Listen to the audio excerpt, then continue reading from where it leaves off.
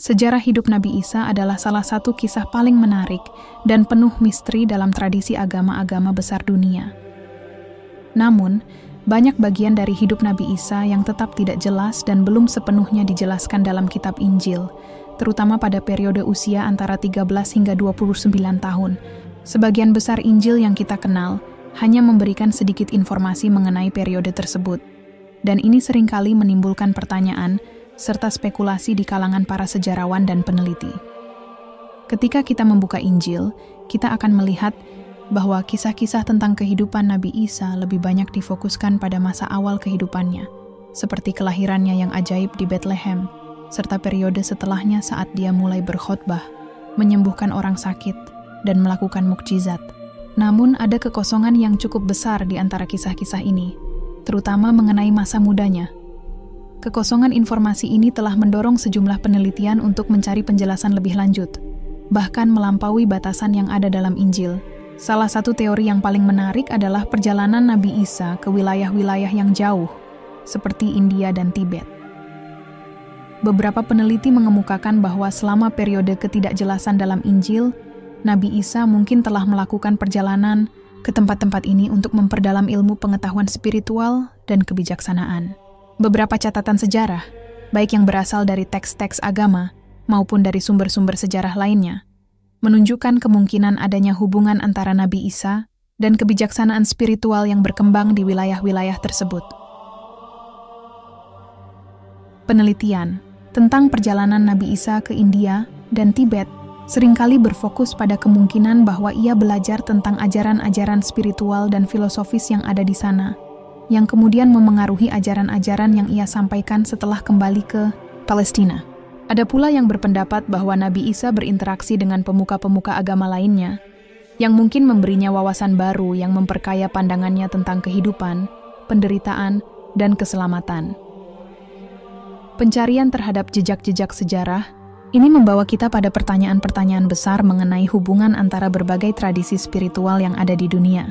Apakah benar Nabi Isa melakukan perjalanan jauh untuk memperkaya pemahamannya tentang kehidupan dan ajaran-ajaran rohani?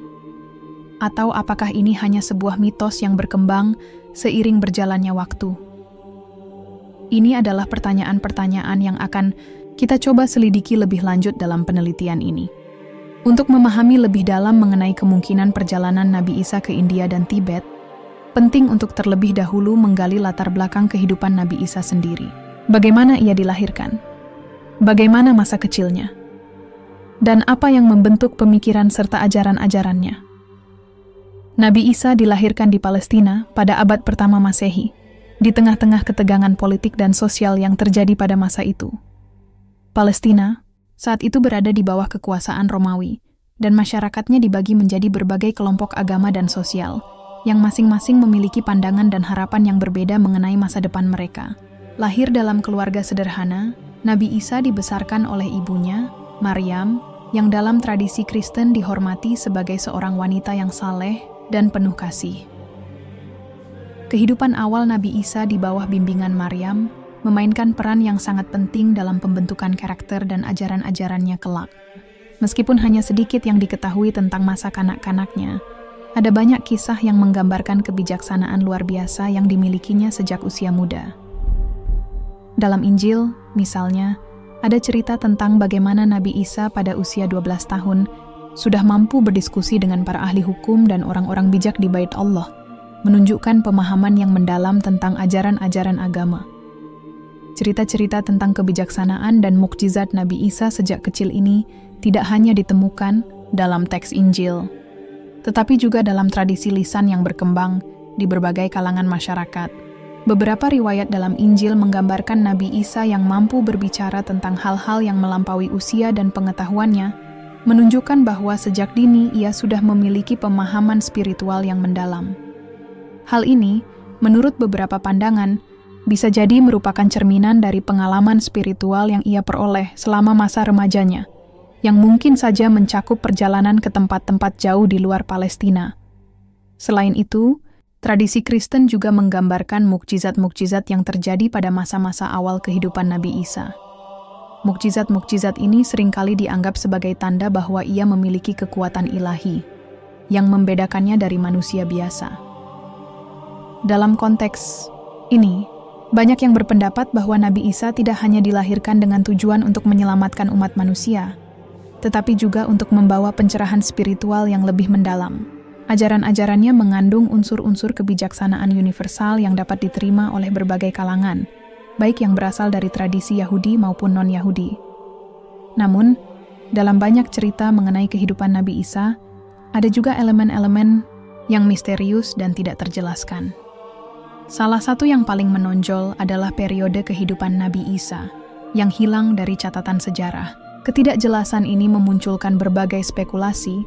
Salah satunya adalah kemungkinan bahwa Nabi Isa melakukan perjalanan untuk mencari pengetahuan yang lebih luas, yang kelak akan membantunya dalam menyampaikan ajaran-ajaran yang transformatif.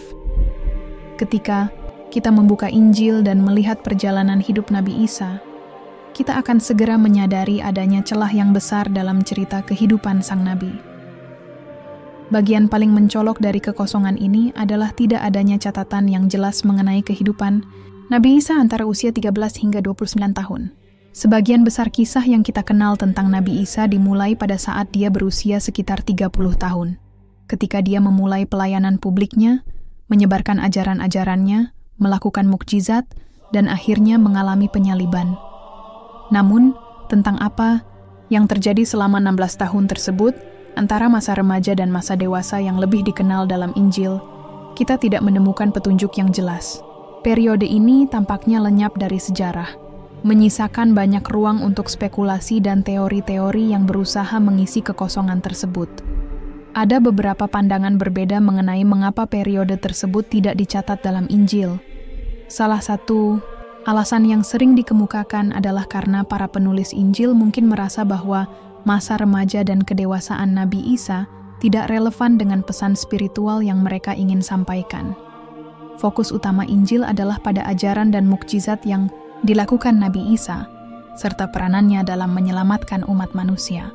Oleh karena itu, kisah kehidupan pribadi Nabi Isa, khususnya pada masa-masa sebelum ia memulai pelayanan publik, mungkin dianggap kurang penting. Namun, ada juga peneliti yang berpendapat bahwa hilangnya catatan tentang kehidupan Nabi Isa selama tahun-tahun tersebut mungkin disebabkan oleh adanya perjalanan panjang yang dilakukan Nabi Isa keluar Palestina. Dalam beberapa teks kuno dan tradisi lisan, bahkan ada klaim yang mengatakan bahwa Nabi Isa mungkin telah melakukan perjalanan ke wilayah yang jauh, seperti India dan Tibet, untuk belajar tentang ajaran-ajaran spiritual yang ada di sana. Teori ini telah menjadi bahan spekulasi bagi banyak sejarawan dan peneliti spiritual yang ingin menggali lebih dalam mengenai masa muda Nabi Isa. Salah satu alasan utama yang mendasari teori perjalanan Nabi Isa ke India dan Tibet adalah bahwa kedua wilayah tersebut pada masa itu dikenal sebagai pusat ajaran spiritual dan filosofi yang mendalam. Dalam sejarah, India adalah tempat lahirnya berbagai tradisi spiritual besar, seperti Hindu dan Buddha, yang memiliki pengaruh kuat pada banyak orang di seluruh dunia. Tibet, dengan kehadiran biksu-biksu Buddha dan tradisi meditasi yang kuat, juga merupakan pusat spiritual yang menarik perhatian banyak orang yang mencari pencerahan. Catatan dari berbagai sumber sejarah, baik dari timur maupun barat, menyebutkan bahwa selama masa ini, sejumlah pemuda dan guru spiritual dari luar wilayah India sering datang untuk belajar dan berinteraksi dengan para pemuka agama di sana. Mungkin saja Nabi Isa termasuk di antara mereka. Beberapa teori bahkan menyatakan bahwa Nabi Isa mungkin telah menjadi bagian dari kelompok yang berkelana ke timur untuk mencari pemahaman lebih dalam mengenai kehidupan, penderitaan, dan pembebasan. Sehingga, meskipun kita tidak memiliki bukti, yang pasti, kemungkinan bahwa Nabi Isa meninggalkan Palestina untuk belajar tentang ajaran spiritual di India dan Tibet menjadi semakin menarik sebagai penjelasan mengenai hilangnya catatan sejarah tentang dirinya dalam periode tersebut. Seiring berjalannya waktu, semakin banyak teori yang mengemuka mengenai kemungkinan perjalanan Nabi Isa ke India pada masa remajanya. Beberapa spekulasi menyebutkan bahwa sekitar usia 13 tahun, Nabi Isa mulai merasakan dorongan untuk mencari pemahaman yang lebih dalam mengenai kehidupan dan tujuan spiritualnya.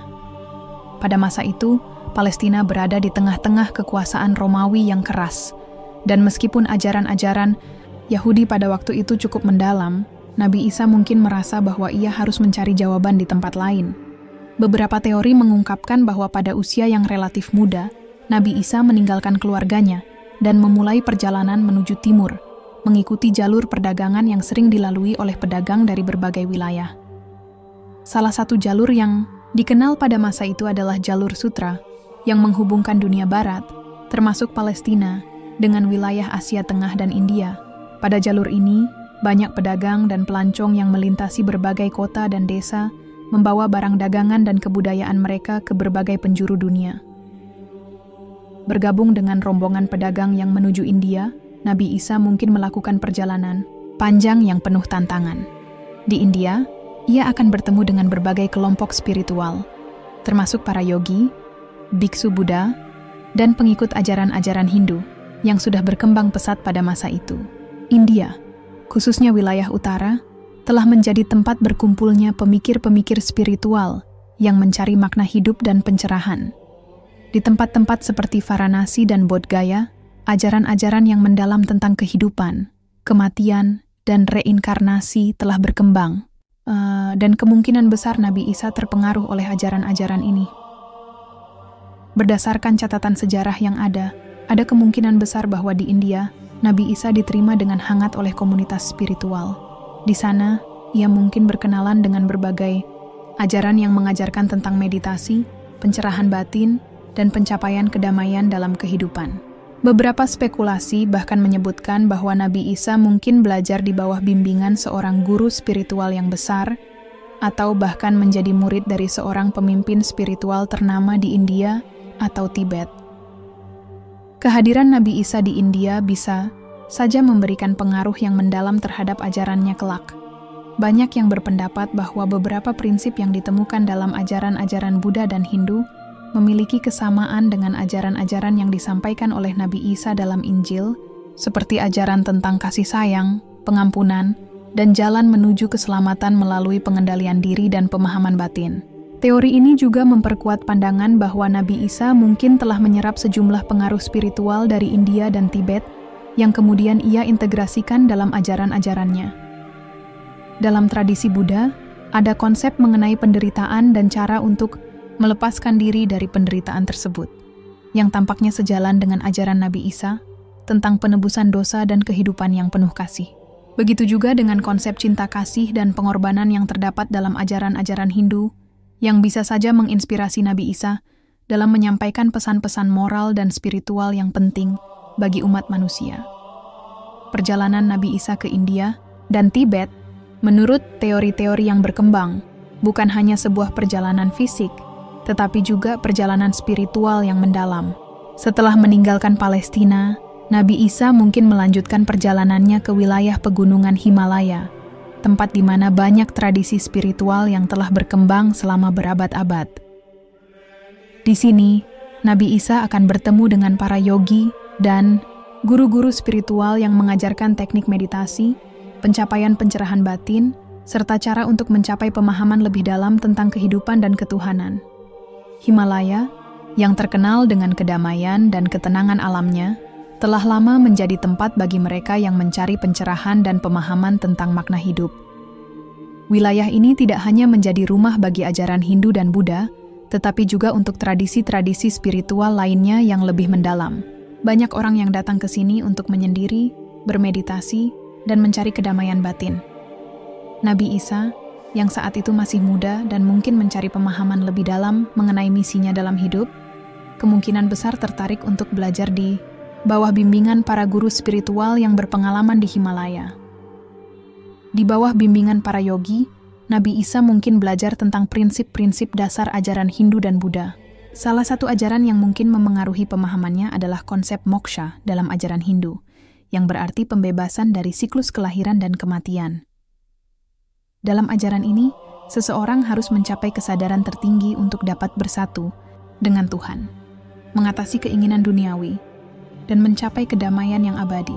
Konsep serupa juga ada dalam ajaran Buddha tentang nirvana, yang menggambarkan keadaan bebas dari penderitaan dan keterikatan duniawi.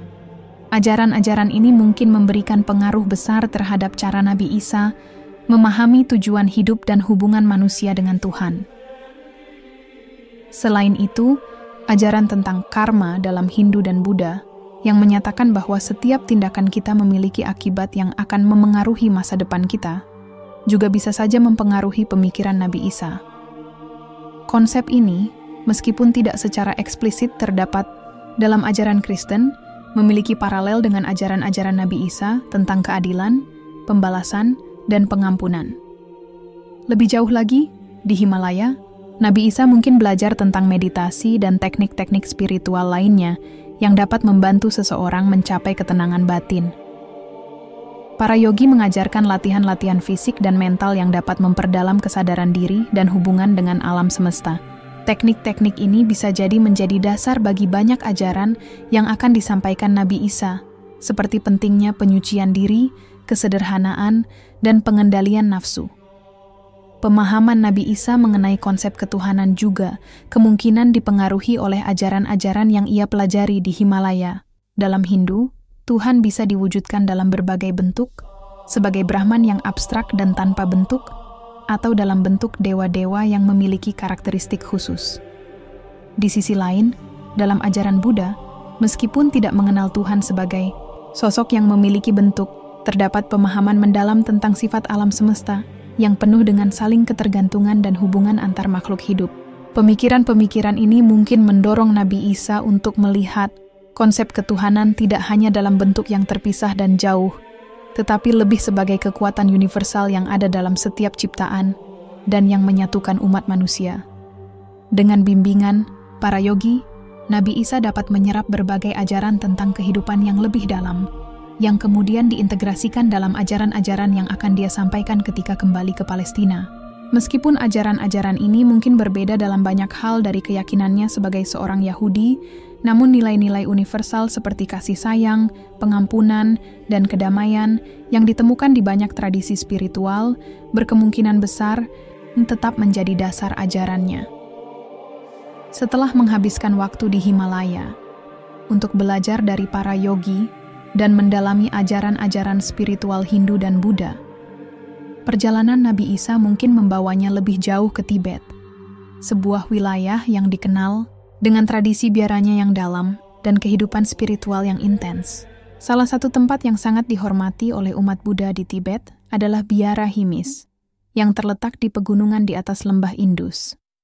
Biara ini adalah pusat spiritual yang penting, yang menampung banyak biksu dan guru-guru spiritual yang mempelajari ajaran-ajaran Buddha, serta praktik-praktik meditasi yang mendalam.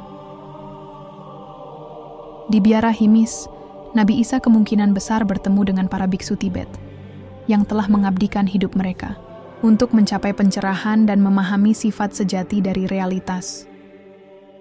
Di sini, Nabi Isa mungkin mendalami berbagai ajaran moralitas yang ada dalam teks-teks kuno Tibet, yang mengajarkan tentang kedamaian, kesabaran, dan pengendalian diri. Ajaran-ajaran ini sangat sejalan dengan ajaran-ajaran yang akan ia bawa kembali ke Palestina, seperti nilai-nilai kasih sayang terhadap sesama dan pentingnya pengorbanan diri untuk mencapai tujuan yang lebih tinggi. Teks-teks kuno yang dipelajari di Biara Himis kemungkinan besar mencakup berbagai ajaran tentang hidup sederhana, menjauhkan diri dari keinginan duniawi, dan mencapai pemahaman yang lebih dalam mengenai sifat sejati manusia. Di sini, Nabi Isa mungkin mempelajari ajaran moral yang mengajarkan tentang hubungan antara individu dan alam semesta, serta cara untuk hidup harmonis dengan kedua hal tersebut. Ajaran-ajaran semacam ini sangat kuat dalam tradisi Buddhis Tibet, yang menekankan pentingnya hidup dalam keseimbangan dan kedamaian. Bersama dengan para biksu Tibet, Nabi Isa mungkin menjalani latihan spiritual yang intensif. Di Tibet, para biksu tidak hanya mengajarkan prinsip moral, tetapi juga teknik meditasi yang mendalam.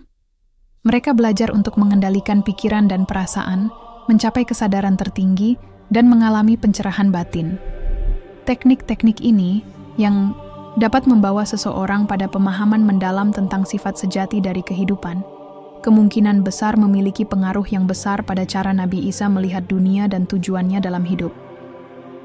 Selain itu, hubungan Nabi Isa dengan para biksu Tibet bisa jadi sangat erat, karena mereka juga akan membimbingnya dalam memahami pentingnya kasih sayang, pengampunan, dan pelayanan kepada orang lain. Nilai-nilai ini sejalan dengan ajaran-ajaran moral yang akan ia bawa ke dalam misi kenabiannya di Palestina. Teks-teks kuno yang dibaca Nabi Isa di Biara Himis juga dapat memperkaya pemahamannya tentang ketuhanan, terutama dalam konteks kesadaran universal dan hubungan antar makhluk hidup. Seiring berjalannya waktu, Nabi Isa semakin dikenal di India. Kehadiran dan ajaran-ajarannya yang menyentuh kalangan masyarakat bawah, terutama kaum Sudra, mulai menarik perhatian. Kaum Sudra, yang pada masa itu merupakan kelas terendah dalam struktur sosial India, sangat tertarik pada pesan Nabi Isa tentang kasih sayang, kesetaraan, dan pembebasan dari penderitaan. Ajaran-ajaran yang ia bawa sangat berbeda dari sistem kasta yang sudah mendarah daging di India. Nabi Isa tidak membedakan orang berdasarkan status sosial atau kasta, dan ini membuat banyak orang merasa terhubung dengan pesan spiritual yang ia sampaikan. Namun, ajaran Nabi Isa yang menekankan pada kasih sayang terhadap sesama manusia dan persaudaraan tanpa memandang kasta, mulai memunculkan ketegangan dengan kelompok yang berkuasa pada saat itu, yaitu kaum Brahmana. Brahmana adalah kasta tertinggi dalam sistem kasta Hindu, yang memegang kendali atas agama, budaya, dan masyarakat India. Mereka memiliki pengaruh yang besar dan berperan sebagai penjaga ajaran-ajaran kuno dan tradisi spiritual. Keberadaan Nabi Isa yang mengajarkan kebebasan spiritual bagi semua orang, tanpa memandang kasta, sangat mengancam status quo yang dijaga oleh kaum Brahmana. Mereka yang terikat pada sistem kasta dan hierarki sosial merasa bahwa ajaran Nabi Isa bisa mengguncang tatanan sosial yang sudah berlangsung lama. Para Brahmana mulai melihat ajaran Nabi Isa sebagai ancaman terhadap kekuasaan mereka atas masyarakat, dan ini menimbulkan konflik yang semakin tajam. Nabi Isa tidak hanya mengajarkan ajaran rohani, tetapi juga menyampaikan pesan tentang keadilan sosial. Dia mengkritik ketidakadilan yang terjadi di masyarakat, yang mengabaikan hak-hak kaum Sudra dan menindas mereka berdasarkan status sosial mereka. Ajaran tentang persaudaraan universal dan pengampunan, yang menjadi inti dari pesan spiritualnya, dianggap meruntuhkan kekuasaan spiritual dan sosial yang telah lama dipegang oleh kaum Brahmana. Ketegangan antara kaum Brahmana dan Nabi Isa semakin memuncak. Kaum Brahmana yang merasa terancam dengan ajaran-ajaran tersebut mulai berusaha untuk menyingkirkan Nabi Isa dari India. Mereka menggunakan pengaruh mereka untuk menyebarkan fitnah dan merusak reputasi Nabi Isa di mata masyarakat. Dalam situasi ini, Nabi Isa mulai merasa bahwa ia tidak aman di India, dan perjalanan spiritualnya yang penuh tantangan harus berlanjut ke tempat lain.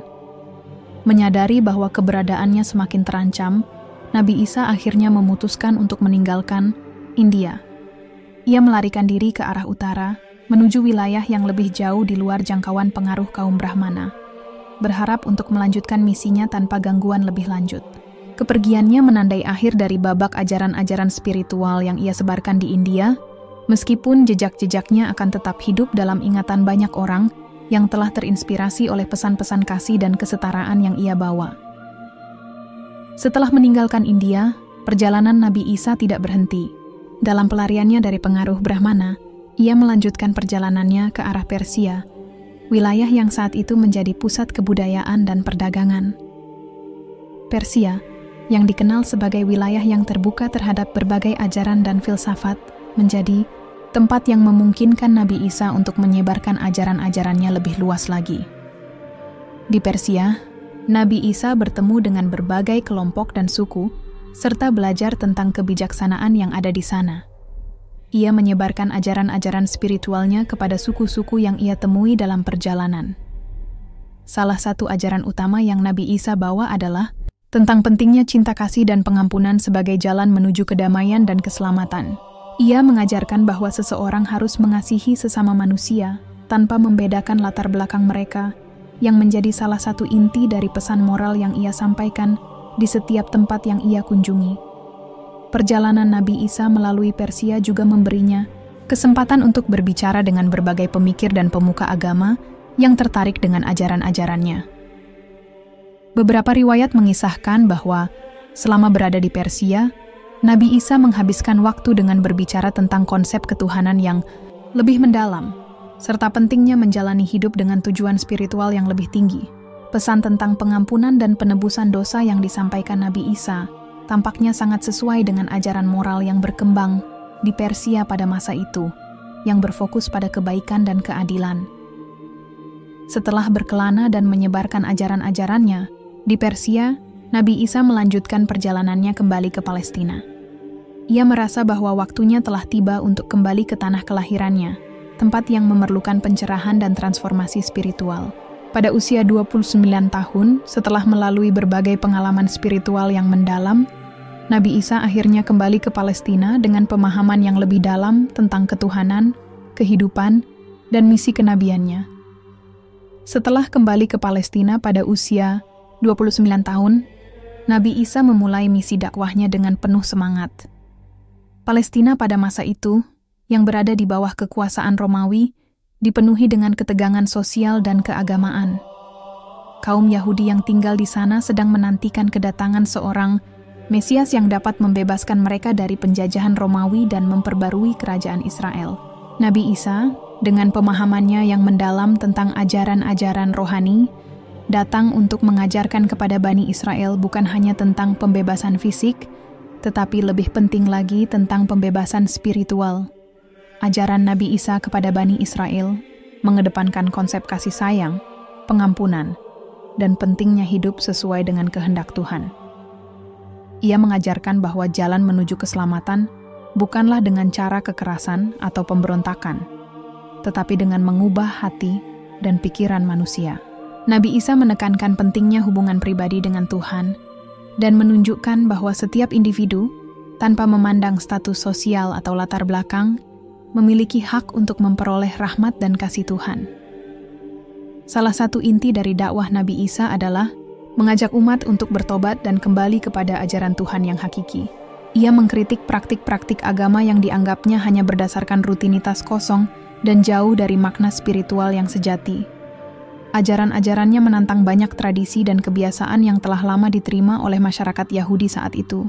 Nabi Isa menyampaikan bahwa hidup beragama bukan hanya soal memenuhi kewajiban ritual, tetapi juga tentang mengasihi sesama, hidup dalam keadilan, dan mendekatkan diri kepada Tuhan dengan hati yang tulus.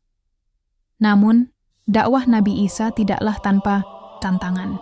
Para pemuka agama Yahudi pada masa itu, yang terdiri dari para Farisi, Saduki, dan anggota Dewan Sanhedrin, merasa terancam oleh ajaran-ajaran Nabi Isa yang dianggapnya menyimpang dari tradisi yang mereka pegang teguh. Mereka sangat mengutamakan hukum Taurat dan memperjuangkan penerapan hukum secara ketat dalam kehidupan sehari-hari.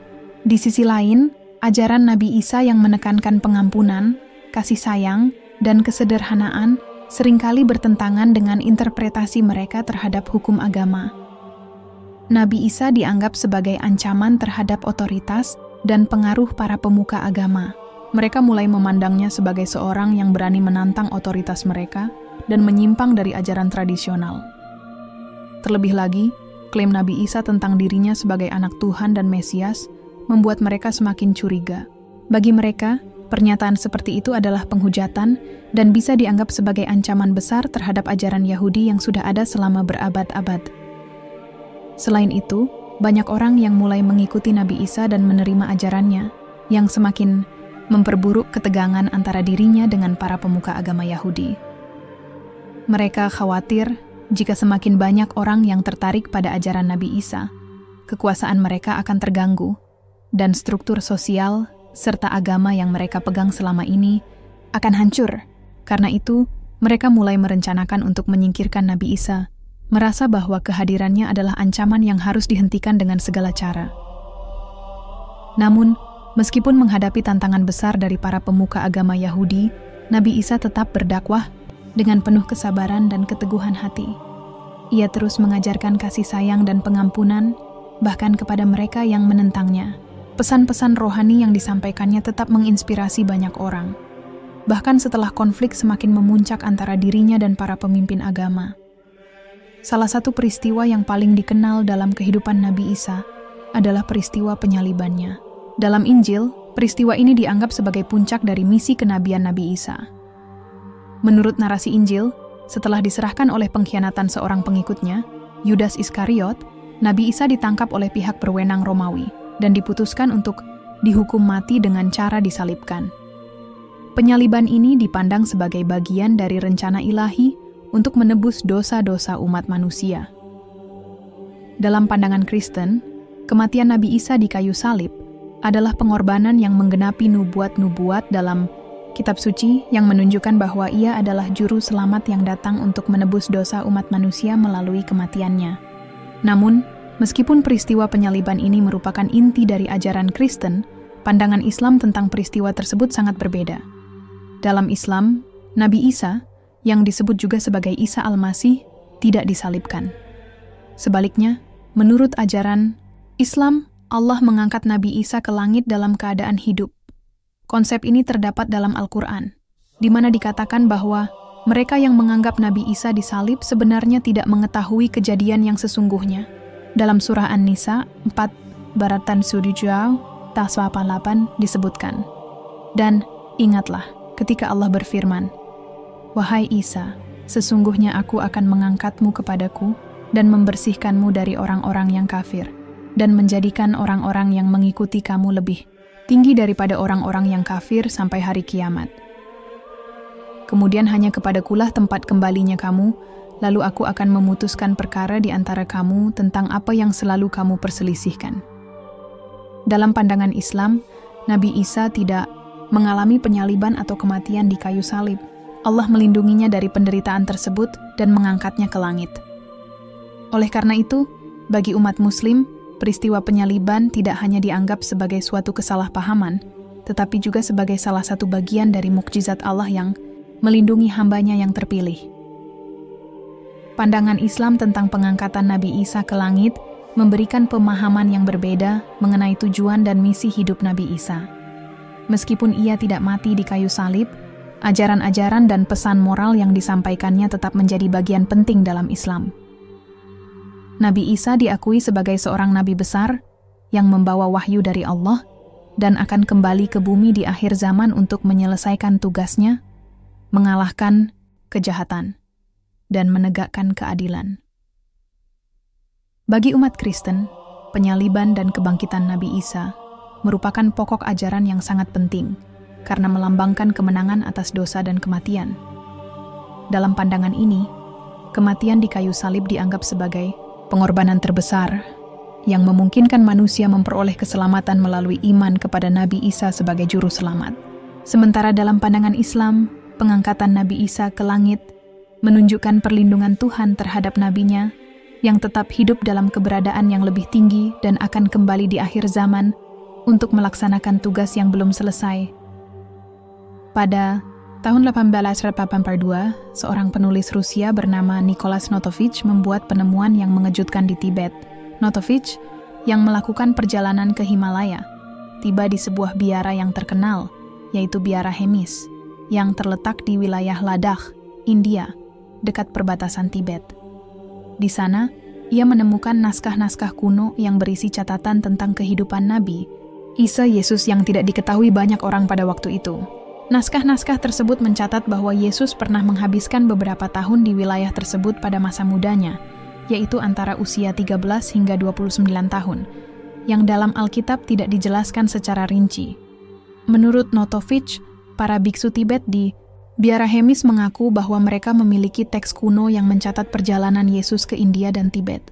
Teks tersebut, yang dikenal dengan nama The Life of Saint Isa, Hidup Saint Isa, menceritakan bahwa Yesus datang ke wilayah tersebut untuk mempelajari ajaran spiritual Hindu dan Buddha.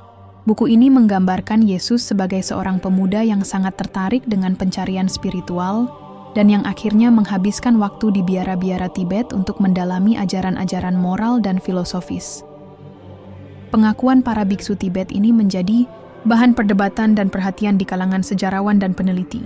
Banyak yang meragukan kebenaran penemuan Notovich, mengingat bahwa sumber yang ditemukan hanya ada dalam bentuk salinan yang tidak pernah diperlihatkan ke publik hingga bertahun-tahun kemudian.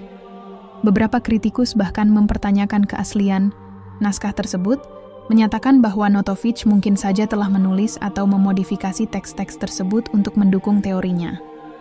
Namun, klaim Notovich mendapat perhatian lebih lanjut, terutama setelah beberapa peneliti dan sejarawan mulai menggali lebih dalam tentang catatan-catatan sejarah yang mengisyaratkan kemungkinan perjalanan Nabi Isa ke timur. Meski kontroversial, temuan ini membuka pintu bagi diskusi lebih lanjut tentang kehidupan Yesus yang mungkin lebih kompleks dan lebih luas dari yang tercatat dalam Injil. Pada tahun 1894, Notovich menerbitkan bukunya yang berjudul The Unknown Life of Jesus Christ, yang menguraikan penemuannya dan klaimnya mengenai perjalanan Yesus ke Tibet. Buku ini menjadi topik perdebatan yang intens di kalangan intelektual dan agamawan.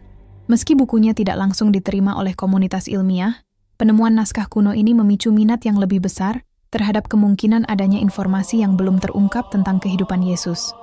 Selain itu, penemuan ini mengarah pada penelitian lebih lanjut tentang pengaruh spiritualitas Timur terhadap ajaran-ajaran Nabi Isa.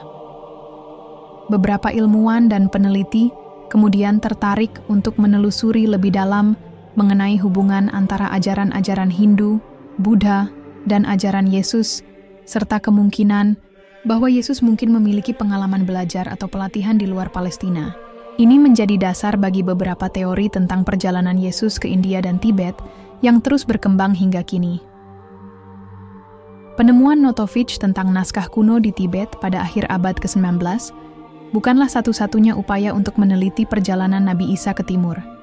Pada abad ke-20, beberapa peneliti modern mulai mendalami lebih jauh teori tentang kehidupan Yesus yang lebih luas, yang mencakup kemungkinan ia pernah berada di Asia Selatan, termasuk India dan Tibet, selama tahun-tahun yang hilang dalam Injil. Salah satu karya penting yang mengangkat tema ini adalah buku The Unknown Life of Jesus Christ oleh Nicholas Notovich, yang menjadi landasan utama bagi studi lebih lanjut mengenai kehidupan Yesus. Dalam bukunya, Notovich menjelaskan penemuannya di biara Hemis dan menguraikan isi naskah-naskah yang ia temukan, yang mengindikasikan bahwa Yesus telah melakukan perjalanan jauh dari Palestina untuk belajar ajaran-ajaran spiritual di timur. Meskipun buku ini menuai kontroversi dan banyak kritikan, terutama mengenai keaslian dokumen yang ditemukan, karya ini menjadi titik awal bagi banyak peneliti yang tertarik untuk menggali lebih dalam tentang kemungkinan Yesus berada di timur. Di samping Notovich, seorang tokoh lain yang juga berkontribusi dalam kajian ini adalah Swami Abhedananda, seorang guru spiritual Hindu dari India yang menulis tentang pengalaman serupa dalam bukunya In Kashmir and Tibet. Dalam bukunya yang diterbitkan pada tahun 1922, Swami Abhedananda mengklaim bahwa dia juga mendengar tentang kisah-kisah yang menggambarkan bahwa Yesus, yang dikenal di sana sebagai Isa, menghabiskan waktu di wilayah Kashmir dan Tibet. Swami Abhedananda menulis bahwa ia berbicara dengan para biksu dan orang-orang lokal yang mengingat bahwa Isa pernah berada di daerah tersebut, belajar dan mengajarkan tentang prinsip-prinsip moral yang sejalan dengan ajaran-ajaran spiritual Timur. Menurut Swami Abhedananda, Yesus, Isa, dipandang sebagai seorang guru besar yang mengajarkan tentang kebaikan, pengampunan, dan pelayanan kepada orang lain. Pandangan ini, yang tidak jauh berbeda dengan ajaran-ajaran Yesus yang kita kenal dalam tradisi Kristen, memperkuat teori bahwa Yesus mungkin telah dipengaruhi oleh ajaran Hindu dan Buddha selama masa-masa yang hilang dalam catatan Injil. Selain karya-karya tersebut, beberapa ilmuwan dan sejarawan modern juga telah mengkaji lebih dalam tentang kemungkinan perjalanan Yesus ke India dan Tibet. Mereka menghubungkan ajaran-ajaran Yesus dengan doktrin-doktrin yang ada dalam ajaran Hindu dan Buddha, seperti konsep tentang karma, moksha, pembebasan, dan pencerahan batin. Beberapa penelitian ini berpendapat bahwa Yesus mungkin telah terpengaruh oleh ajaran-ajaran spiritual tersebut yang membantu membentuk ajaran-ajarannya sendiri mengenai kasih sayang, pengampunan, dan hidup sesuai dengan kehendak Tuhan. Namun, meskipun teori-teori ini menarik bagi banyak orang, tidak ada bukti arkeologis yang pasti yang dapat mengonfirmasi klaim-klaim tersebut. Penelitian tentang kehidupan Yesus di luar Palestina masih dipenuhi dengan spekulasi dan perdebatan. Namun, karya-karya seperti yang ditulis oleh Notovich dan Swami Abhedananda tetap berperan penting dalam mendorong minat terhadap kemungkinan bahwa perjalanan spiritual Yesus melampaui batas-batas Palestina dan bahwa ajaran-ajarannya mungkin dipengaruhi oleh pemikiran-pemikiran dari timur yang lebih luas. Sementara sebagian besar ajaran Kristen tradisional tetap berfokus pada kehidupan Yesus seperti yang tercatat dalam Injil, kajian-kajian modern tentang kehidupan Yesus yang hilang memberikan sudut pandang yang lebih luas dan kompleks mengenai siapa Dia sebenarnya dan apa yang dapat kita pelajari dari ajaran-ajarannya.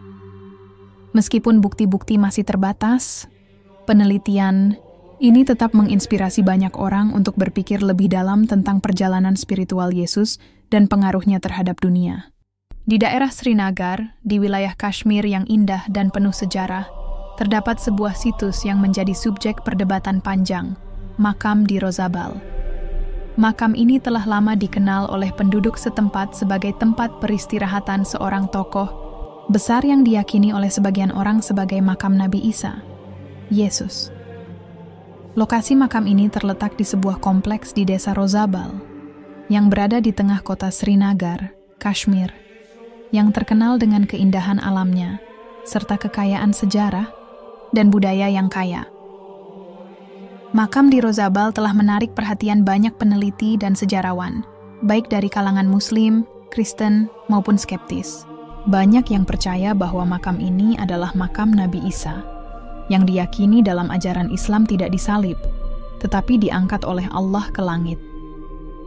Menurut teori ini, setelah peristiwa penyaliban yang gagal, Nabi Isa mungkin melarikan diri ke timur, menuju wilayah Kashmir, di mana ia tinggal hingga akhir hayatnya. Dalam tradisi Islam, terdapat keyakinan bahwa Nabi Isa akan kembali ke bumi di akhir zaman, dan banyak yang beranggapan bahwa sisa-sisa kehidupannya yang lebih lanjut berada di tempat yang jauh dari Palestina. Bukti-bukti mengenai makam ini menarik perhatian banyak pihak. Salah satunya adalah prasasti-prasasti kuno yang ditemukan di sekitar makam tersebut, yang menurut sebagian ahli memiliki kaitan dengan sejarah lebih luas mengenai figur religius tersebut. Beberapa prasasti yang terukir dalam bahasa Arab dan Persia mengandung informasi yang merujuk pada seorang tokoh besar yang pernah tinggal di wilayah tersebut dan dihormati oleh masyarakat setempat.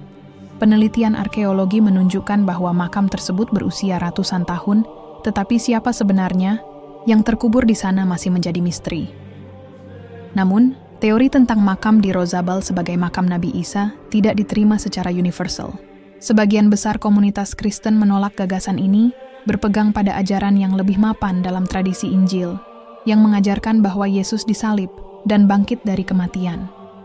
Mereka berpendapat bahwa klaim ini tidak memiliki dasar yang cukup, kuat, dan lebih merupakan spekulasi belaka.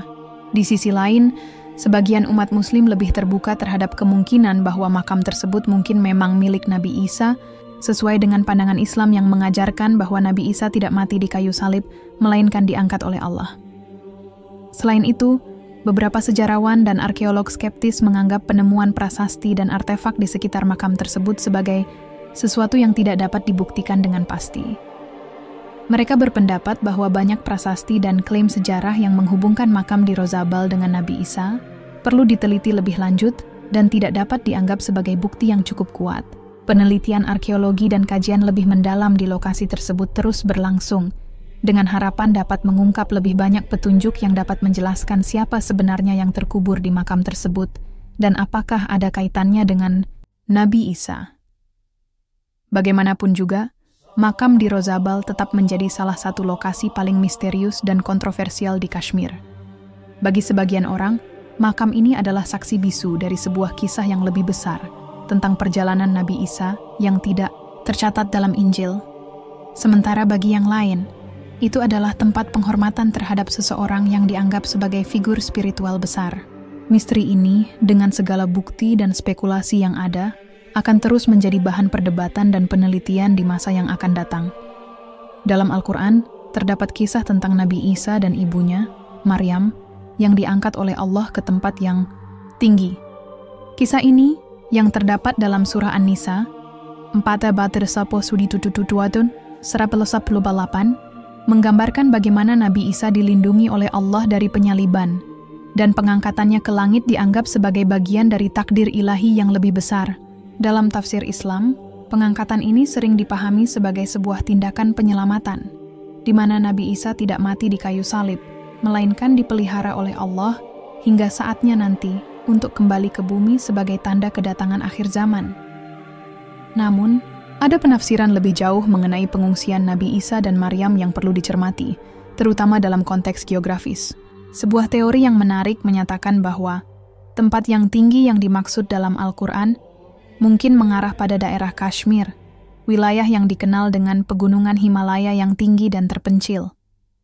Teori ini mengusulkan bahwa setelah peristiwa penyaliban yang gagal, Nabi Isa dan ibunya mungkin melarikan diri ke wilayah yang jauh, menuju daerah yang aman dan terlindungi dari ancaman. Kashmir, dengan pegunungannya yang tinggi, bisa menjadi lokasi yang cocok sebagai tempat pengungsian. Mereka Kashmir, yang terletak di utara India, memiliki sejarah panjang yang kaya dengan tradisi spiritual dan agama yang beragam. Selain Hindu dan Islam, kawasan ini juga dikenal dengan pengaruh ajaran Buddha dan berbagai tradisi mistik lainnya. Beberapa sejarawan dan peneliti menganggap bahwa wilayah ini memiliki peran penting dalam sejarah spiritualitas Timur dan mungkin saja menjadi tempat yang aman bagi Nabi Isa dan Maryam untuk berlindung. Secara geografis, Kashmir sangat cocok dengan deskripsi tempat tinggi yang disebutkan dalam Al-Quran. Dikenal dengan pegunungannya yang menjulang tinggi dan suasananya yang tenang, Kashmir bisa saja menjadi tempat yang ideal bagi Nabi Isa untuk bersembunyi dari ancaman kekuasaan Romawi. Pengungsian ini, menurut beberapa penafsiran, mungkin saja melibatkan perjalanan melalui jalur yang dipenuhi tantangan alam yang memisahkan mereka dari dunia luar. Wilayah ini juga dikenal dengan ketenangan spiritualnya, yang mungkin menjadi tempat yang sesuai bagi Nabi Isa untuk melanjutkan pencarian spiritual dan mengajarkan ajaran-ajarannya kepada orang-orang di sana. Teori ini semakin diperkuat dengan penemuan makam di Rozabal yang disebutkan sebelumnya, yang diyakini oleh sebagian orang sebagai makam Nabi Isa. Lokasi makam tersebut terletak di Srinagar, Kashmir, yang membuat beberapa pihak semakin meyakini bahwa kawasan ini mungkin menjadi tempat perlindungan terakhir bagi Nabi Isa setelah ia diangkat oleh Allah ke tempat yang tinggi.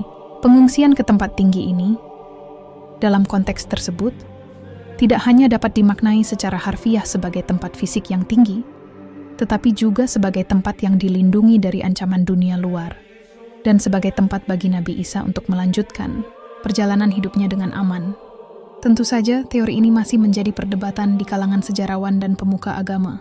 Bagi sebagian orang, pengungsian Nabi Isa ke tempat tinggi bisa jadi lebih merupakan kiasan spiritual daripada sebuah perjalanan fisik yang nyata. Namun, bagi mereka yang mempercayai bahwa Nabi Isa melakukan perjalanan ke timur, Kashmir dan pegunungannya yang tinggi menjadi pilihan yang masuk akal sebagai tempat perlindungan dan pengungsian dari kekuatan yang menentangnya. Meskipun masih banyak yang meragukan kebenaran klaim ini, baik melalui teori makam di Rozabal maupun pengungsian ke tempat tinggi di Kashmir, penelitian dan eksplorasi lebih lanjut tentang sejarah dan kehidupan Nabi Isa terus berkembang. Setiap penemuan baru, baik berupa bukti arkeologis, naskah kuno, atau penelitian ilmiah, akan terus memberikan wawasan baru tentang perjalanan hidup Nabi Isa yang masih penuh misteri hingga kini. Ajaran-ajaran Nabi Isa, Yesus, yang dikenal di dunia barat seringkali dipandang melalui lensa agama Kristen.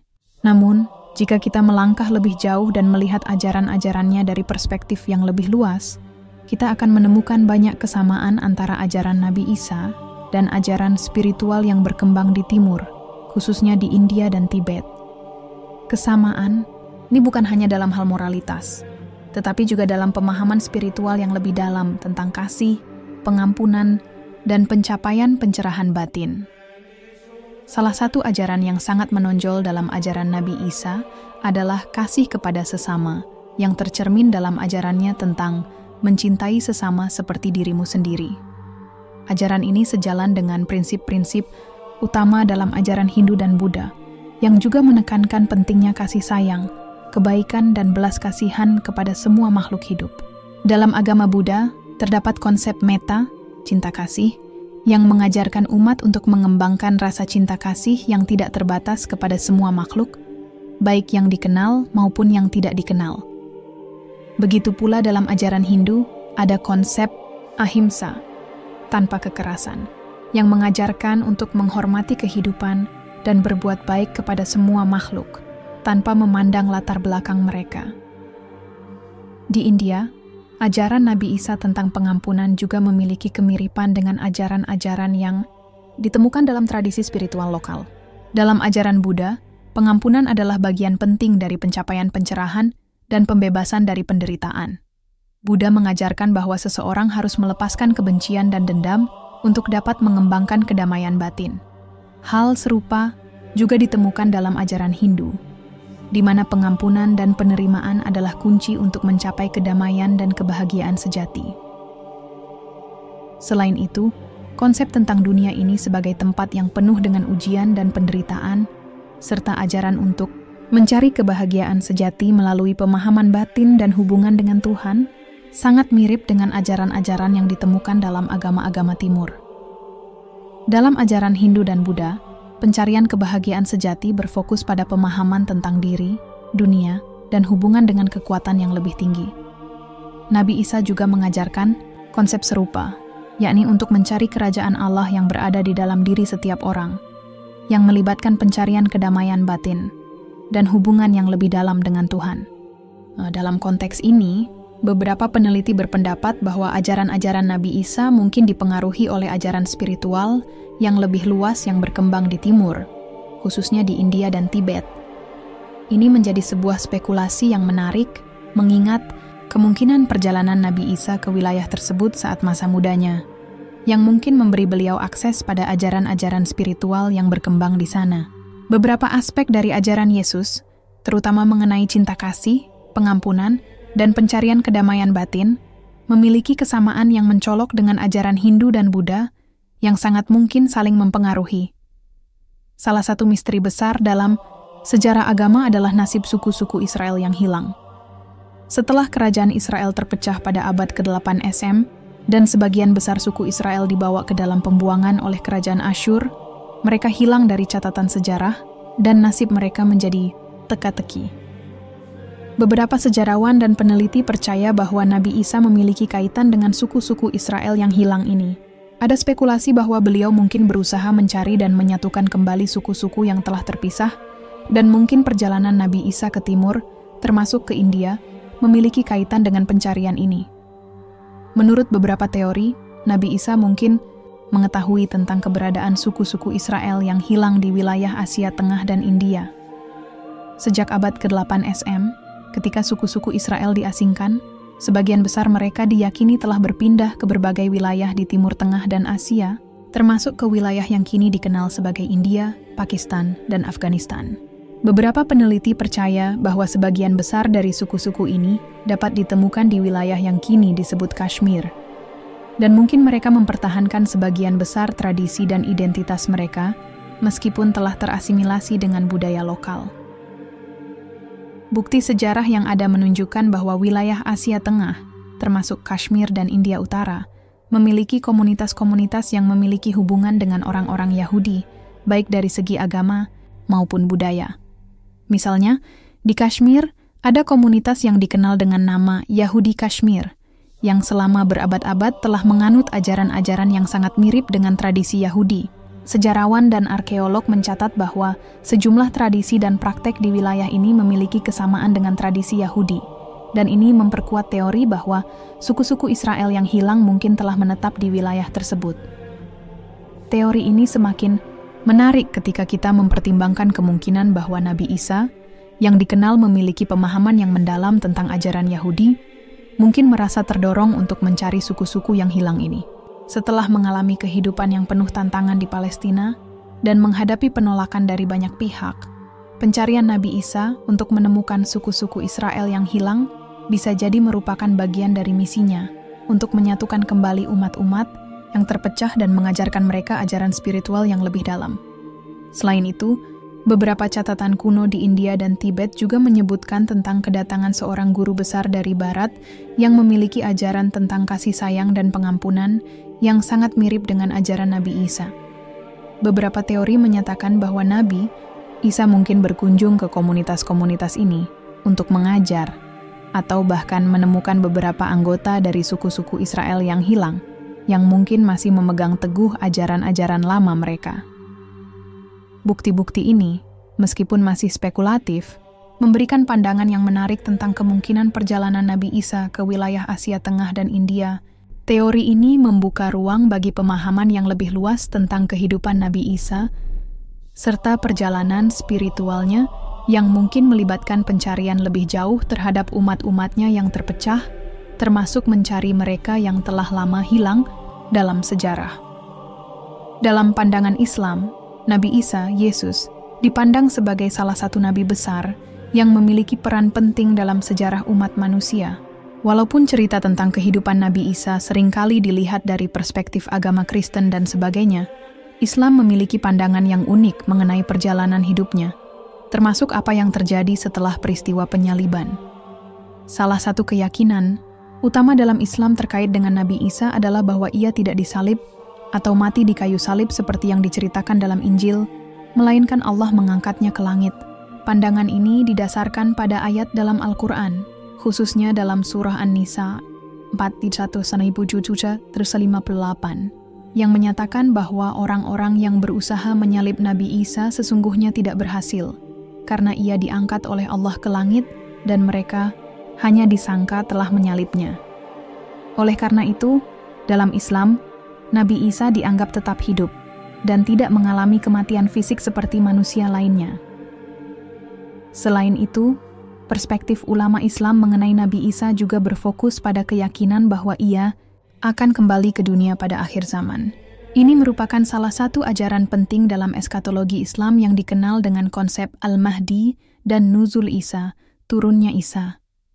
Dalam hadis-hadis yang sahih, Nabi Muhammad SAW bersabda bahwa pada akhir zaman, Nabi Isa akan turun kembali ke bumi untuk mengalahkan Dajjal, Antikristus, menyebarkan keadilan, dan memimpin umat manusia dalam kebaikan. Hal ini tercantum dalam berbagai hadis yang meriwayatkan tentang kedatangan kembali Nabi Isa sebagai pembawa kedamaian dan pembaharu agama. Sebagai seorang nabi yang sangat dihormati dalam Islam, Nabi Isa dianggap sebagai seorang yang memiliki kekuatan spiritual dan kemampuan untuk membawa umat manusia kembali kepada jalan yang benar.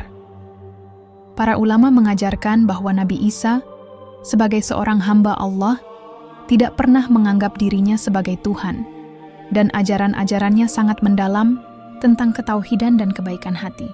Pandangan ini jelas berbeda dari pandangan Kristen yang menganggap Yesus sebagai anak Tuhan. Namun dalam Islam, Isa adalah nabi yang diberi wahyu oleh Allah untuk membimbing umatnya. Dalam tradisi Islam, terdapat berbagai tafsir yang membahas perjalanan hidup Nabi Isa, mulai dari kelahirannya yang ajaib hingga peranannya dalam akhir zaman. Ulama-ulama besar seperti Imam Al-Ghazali, Ibnu Katsir, dan Al-Qurtubi telah menulis banyak karya yang mengupas tentang perjalanan spiritual Nabi Isa, dengan menekankan bahwa ia adalah contoh bagi umat muslim dalam hal kesalehan, kepatuhan kepada Tuhan, dan pelayanan kepada sesama. Mereka juga sering membahas tentang tanda-tanda kedatangan kembali Nabi Isa, yang menjadi salah satu bagian dari iman kepada hari kiamat dalam ajaran Islam. Oleh karena itu, dari sudut pandang ulama Islam, perjalanan Nabi Isa di dunia ini bukanlah akhir dari kehidupan spiritualnya. Sebaliknya, perjalanan ini dipandang sebagai bagian dari proses yang lebih besar, yaitu untuk memberi umat manusia petunjuk dan pencerahan dalam mencari jalan yang benar menuju Allah. Dalam konteks ini, kehidupan Nabi Isa di dunia, pengangkatannya ke langit, dan penantian akan kedatangannya kembali di akhir zaman memiliki makna yang sangat mendalam bagi umat Islam.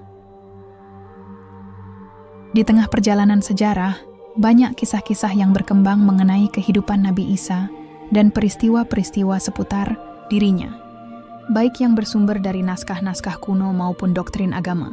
Seiring berjalannya waktu, kisah-kisah ini seringkali dibumbui dengan mitos dan legenda yang mempengaruhi pemahaman umat manusia tentang kehidupan Nabi Isa.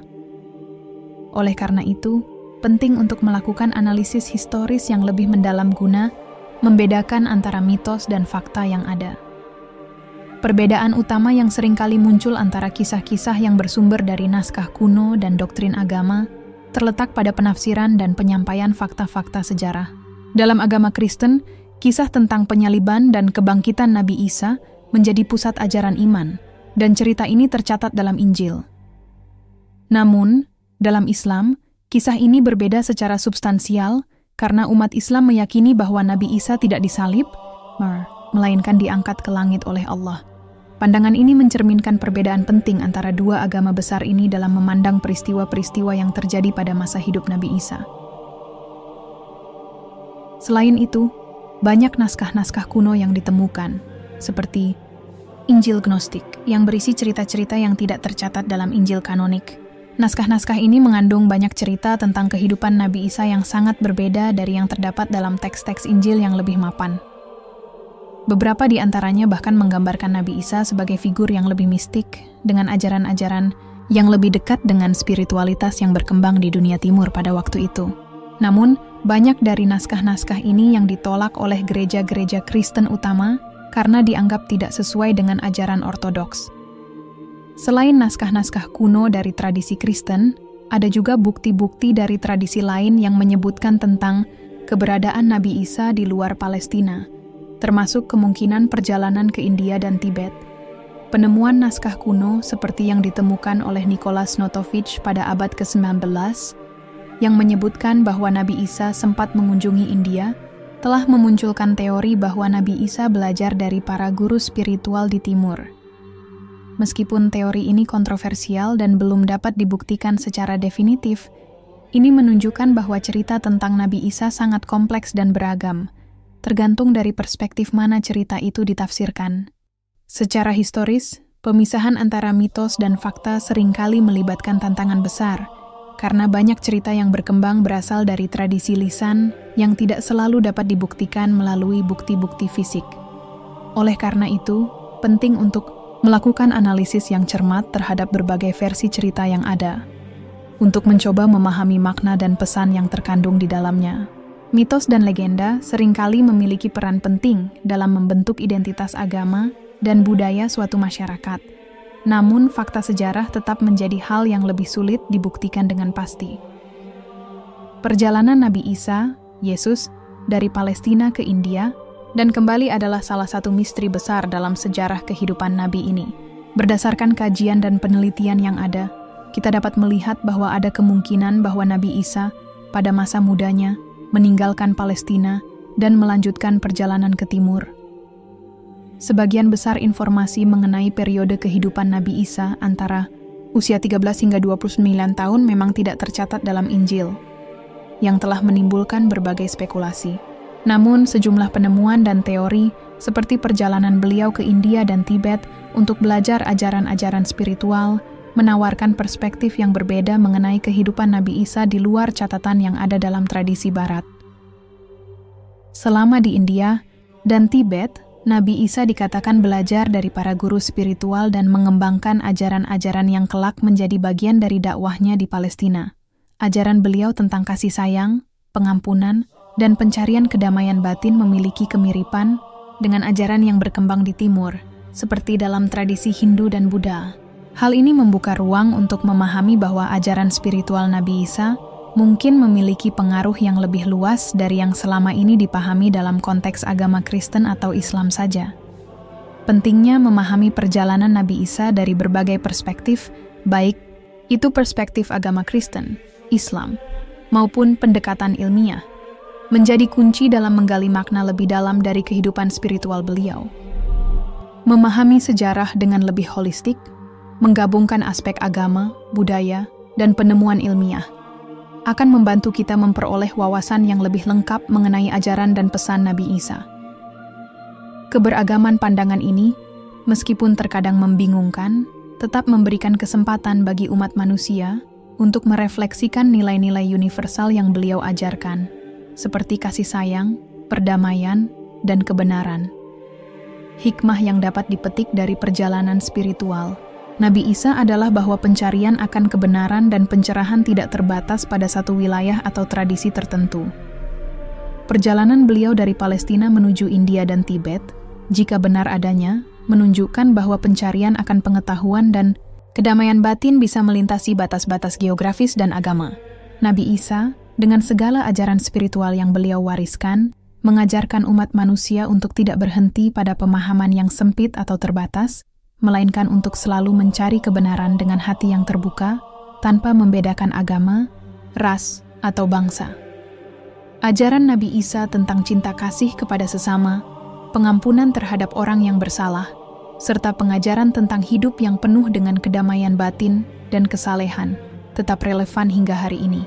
Di tengah dunia yang penuh dengan ketegangan dan konflik, nilai-nilai ini menawarkan solusi untuk hidup harmonis dan damai, baik dalam hubungan antar individu maupun antar bangsa. Meskipun perbedaan pandangan mengenai kehidupan beliau mungkin tetap ada, pesan dasar tentang cinta, pengampunan, dan kedamaian yang beliau ajarkan tetap menjadi prinsip yang dapat diterima oleh umat manusia di seluruh dunia. Selain itu, pelajaran penting yang dapat diambil adalah pentingnya meneliti sejarah dengan pendekatan ilmiah dan agama. Menggunakan pendekatan ilmiah, kita dapat menggali bukti-bukti yang ada, baik dari naskah-naskah kuno, catatan sejarah, maupun temuan arkeologi, untuk memahami lebih jauh tentang perjalanan hidup Nabi Isa. Namun pendekatan agama juga tidak kalah pentingnya, karena agama memberikan makna yang lebih dalam terhadap peristiwa-peristiwa sejarah yang terjadi. Kedua pendekatan ini, jika digabungkan, dapat menghasilkan pemahaman yang lebih lengkap mengenai kehidupan Nabi Isa dan ajarannya. Sebagai umat manusia, kita harus belajar untuk tidak hanya terpaku pada satu pandangan atau penafsiran sejarah. Sejarah seringkali ditulis dari sudut pandang tertentu, dan dengan membuka diri terhadap berbagai perspektif, kita dapat memperoleh pemahaman yang lebih luas dan lebih kaya. Begitu pula dalam hal ajaran Nabi Isa. Ajaran-ajaran beliau dapat dipahami dengan berbagai cara, namun yang paling penting adalah bagaimana kita menerapkannya dalam kehidupan sehari-hari. Akhirnya, relevansi ajaran Nabi Isa dalam kehidupan saat ini tidak dapat dipandang sebelah mata. Meskipun zaman sudah banyak berubah, nilai-nilai yang beliau ajarkan tetap dapat menjadi pedoman hidup bagi kita semua. Dalam menghadapi tantangan zaman modern, dengan segala kemajuan teknologi dan kompleksitas masalah sosial, ajaran beliau tentang kasih, pengampunan, dan perdamaian adalah pesan yang tidak pernah kehilangan makna. Melalui penelusuran lebih dalam terhadap kehidupan dan ajaran Nabi Isa, kita dapat menemukan jalan untuk hidup lebih baik, lebih damai, dan lebih menghargai sesama umat manusia, tanpa memandang perbedaan yang ada di antara kita.